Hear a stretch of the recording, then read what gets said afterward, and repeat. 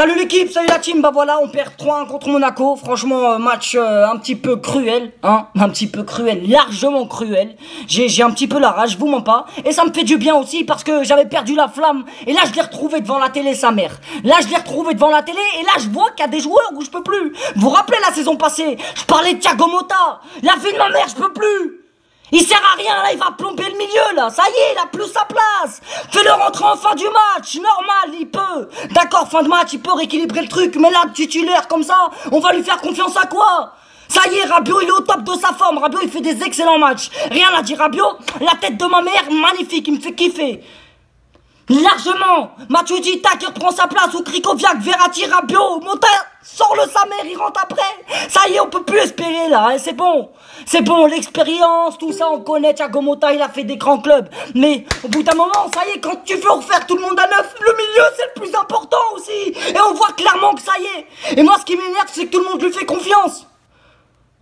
Après, peut-être que je suis fou, mais moi, je vous dis mon point de vue, moi. Après, chacun donnera son point de vue. Moi, c'est le mien, moi, je peux plus de lui. Et il y a un autre joueur aussi, je peux plus, c'est Lucas.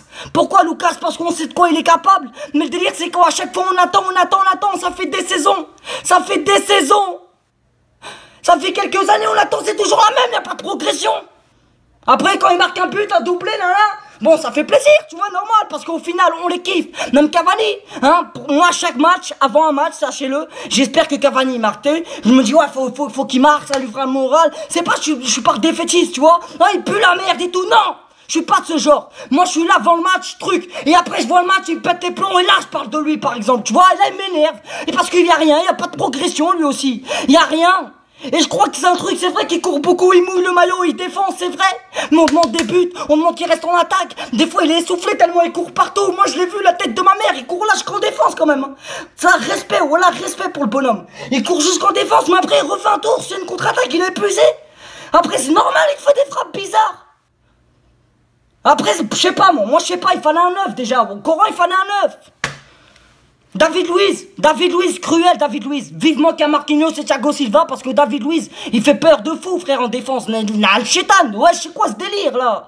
Il te fait des tacles en arrière, normal, dans la surface. Il est là, ses pieds, ils se comprennent pas, ses pieds. Je sais pas, mon Dieu, il a des coudes. Au Coran, je dirais, il a des coudes à la place des talons, le mec. Voilà, je comprends pas, il s'emmène les pinceaux. Dans la défense centrale, le mec, dans la défense centrale. Après, Aurier, magnifique, Aurier, personne t'en veut, ça, j'en doute pas.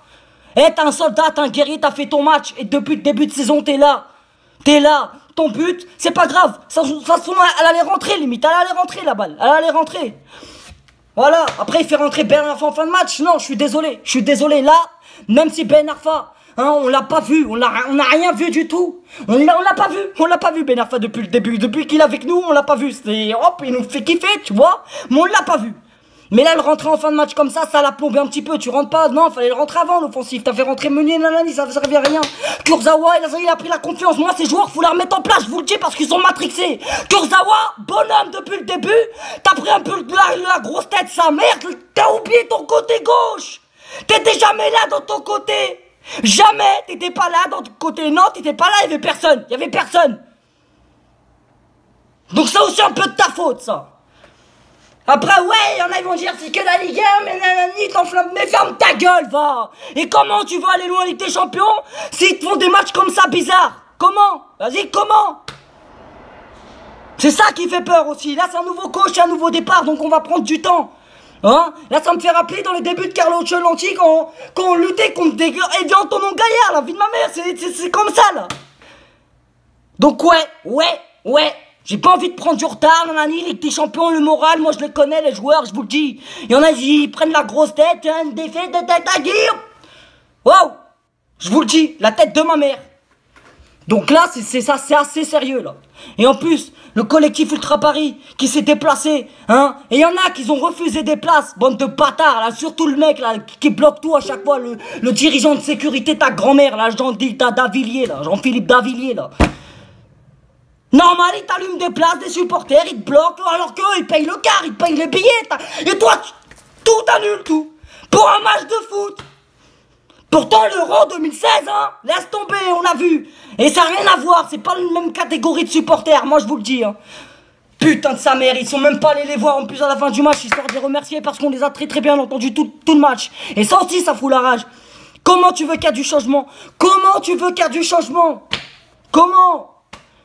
Après voilà, c'est pas grave, bravo à Monaco, hein. Moi ce match-là, il m'a un petit peu énervé, mais on va relativiser tranquillou, c'est le début. Dans ma tête, je me dis c'est le début. Mais si ça continue, gros, vas-y. Et je pense que ça va continuer, c'est ça le pire. C'est que je pense que ça va continuer. Bref, vas-y, je vais m'arrêter. Bonne soirée à tous. Après, voilà, c'est une défaite, c'est rien. C'est rien, mais ce qui me casse les couilles, c'est que, voilà, perdre comme ça. Di Maria aussi. Oh là là, j'ai oublié la tête de ma mère. Di Maria, on t'a acheté pourquoi? Au Coran, dites-nous, on pensait que t'étais... Wouh! Non!